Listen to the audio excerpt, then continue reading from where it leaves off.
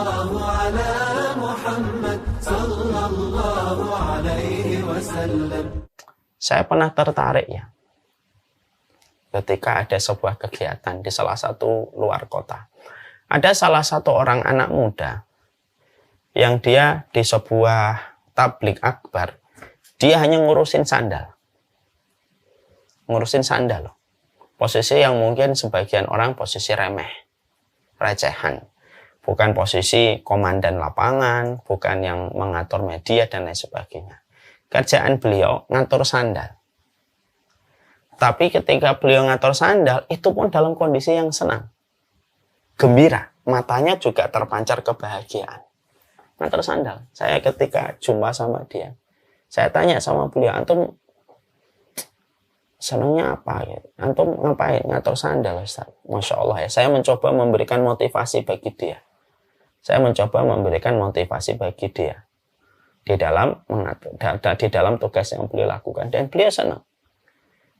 Kita lihat sekali, ada orang-orang yang mereka itu menikmati apapun yang mereka lakukan ketika itu dikembalikan sama Allah. Ada yang jadi relawan dari pagi sampai malam, tidak dapat bayaran, cuma dapat kaos. Tapi dia senang ketika dia membantu atas nama ini ibadah saya kepada Allah, membantu Allah melalui dakwah orang yang saya percaya. Ada kan relawan-relawan gitu ya, yang mereka itu berjibaku dari pagi sampai tengah malam, hanya mendapatkan kaos satu, tidak lebih, mungkin makan siang, makan malam, yang sebenarnya mereka punya rezeki untuk menjamin makan siang dan makan malam mereka. Tapi mereka senang. Ini ciri khasnya orang yang berkhidmah. Lah, orang yang hatinya bersih, khidmahnya itu bukan hanya sekali, dua kali, tapi sepanjang hidupnya itu, hidupnya memang penuh dengan khidmah. Jadi dia khidmahkan hidupnya dan dia wakafkan hidupnya itu semata-mata karena Allah. Kalaupun mendapatkan rezeki, rezeki itu tidak tujuan, tapi rezeki adalah amunisi untuk mempertahankan kehidupan dan menunjang kehidupan, tapi tidak berlebihan dan tidak mewah. Yang menjadi tujuan terbesarnya dia itu khidmah kepada Allah. Apa yang dia bisa persembahkan, dia persembahkan kepada Allah melalui apa yang dia kerjakan dan apa yang dia lakukan. Dan betul kata Yahya bin Mu'ad, orang kalau sudah senang khidmah sama Allah, berdagang sama Allah, semua yang dia lakukan itu akan dijadikan senang, selama itu ada kaitannya dengan Allah. Pernah lihat takmir masjid, senang, ngepel, bahagia, ketawa-ketawa, ya kan? Walaupun mungkin gajinya tidak seberapa, mungkin 2 juta, mungkin 3 juta, tidak seberapa gitu. Tapi dia senang gitu, ketika ngepel tuh dia senang. Ya, kemudian bersihin karpet. Kadang-kadang takmir masjid harus mendapatkan perlakuan, tidak semua jamaah masjid memberikan respek kepadanya. Terkadang suka disuruh-suruh, diperintah. Ya, tapi dia menerimanya dengan kondisi yang senang, bahagia, sukacita. Karena yang dia lakukan bukan untuk manusia, dia lakukan karena Allah. Sehingga kalau orang sudah melakukan sesuatu yang dia niatkan karena Allah, apa yang bisa membuat dia kecewa dan apa yang bisa menarik senyuman dari wajahnya? Tidak ada. Tidak ada sama sekali. Tidak ada sama sekali. Ya. Maka itulah yang menjadikan kita harus mengerti. Itulah yang menjadikan kita harus memahami betul. Ini merupakan salah satu perkara indikator hati orang itu bersih. Tapi maaf ya, kalau ada seseorang, ya, suara saya kecil ya, enggak kan ya?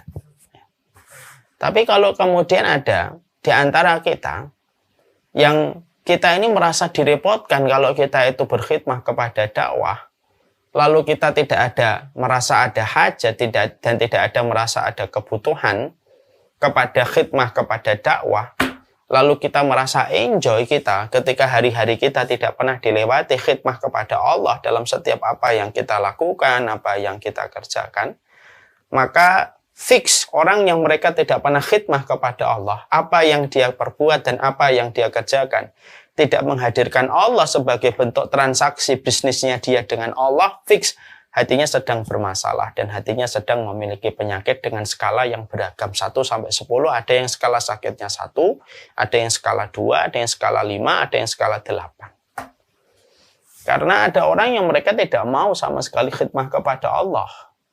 Apa yang dia perbuat tujuannya adalah harta, tujuannya adalah posisi, tujuannya adalah jabatan. Terus aja yang dia selalu inginkan adalah jabatan, harta, dan lain sebagainya.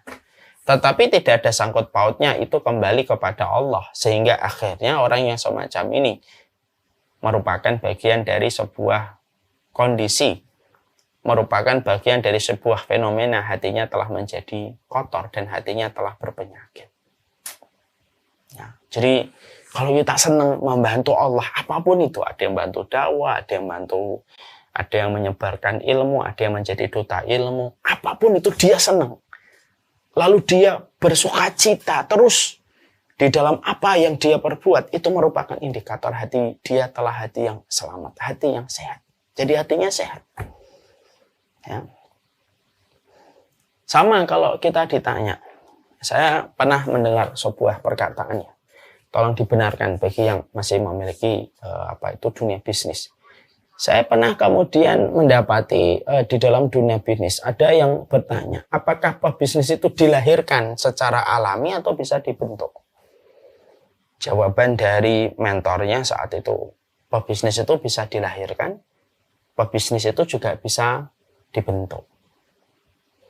Lalu pertanyaan, di antara banyak pertanyaan yang diajukan kepada mentornya, dia berkata, apa sih indikator orang itu mendapati jiwa bisnisnya itu sudah mulai tumbuh? Nah, itu. Mentor itu berkata, coachnya atau motivatornya berkata, jiwa bisnis itu akan kelihatan kalau dia selalu melihat peluang untuk bisa dijadikan profit untuknya. Jadi dia ngelihat segala sesuatu itu peluang. Lihat tanah di pinggir jalan, wah ini peluang nih kalau buka ini. Oh ternyata bisnis yang belum ada di sini. Oh ini red ocean, ini blue ocean-nya. Kalau ada seseorang melihat segala sesuatu dengan kacamata peluang untuk mendapatkan profit, berarti jiwa bisnisnya sudah ada. Dia berarti memiliki bakat alami seorang pebisnis. Karena melihat segala sesuatu adalah peluang untuknya. Untuk berbisnis, berdagang. Kita korelasikan perkataan mentor ini atau coach ini dengan apa yang ditulis oleh Yahya bin Mu'adz. Memang kalau orang itu sudah senang khidmah sama Allah, maka apapun dia pun senang untuk dijadikan khidmah kepada Allah. Ngelihat mobilnya dijadikan bagian dari khidmah kepada Allah. Ketika ngelihat profesinya, dia misalkan IT, maka dia pergunakan separuhnya untuk mencari rezeki, separuhnya untuk berkhidmah kepada Allah. Apa sih saya bisa IT nih? Saya separuh untuk kerja, separuh harus saya khidmahkan kepada Allah. Sehingga seluruh pikirannya, seluruh konsentrasinya, seluruh usaha yang dia miliki, seluruh yang kemudian dia miliki, seluruh potensi yang dia miliki, maka itu merupakan bagian dari sebuah khidmah dan muamalah dia kepada Allah semata. Dan itu yang menjadikan seseorang itu terindikasi kuat hatinya berada pada kesehatan. Insyaallah. Jadi kita lagi ngeraba nih masing-masing. Coba dipegang dadanya, diraba. Saya senang gak khidmah sama Allah? Kita bayangkan flashback ya kepada kehidupan kita sebelumnya. Saya itu kalau ditawarin ini males, ditawarin itu gak mau. Oh mungkin indikator hati saya bermasalah ini. Kalau ada di antara kita, saya tuh disuruh apapun kalau memang ada kaitannya dengan agama Allah, saya bersemangat. Tidak ada tempat dia memuji kecuali kepada Allah.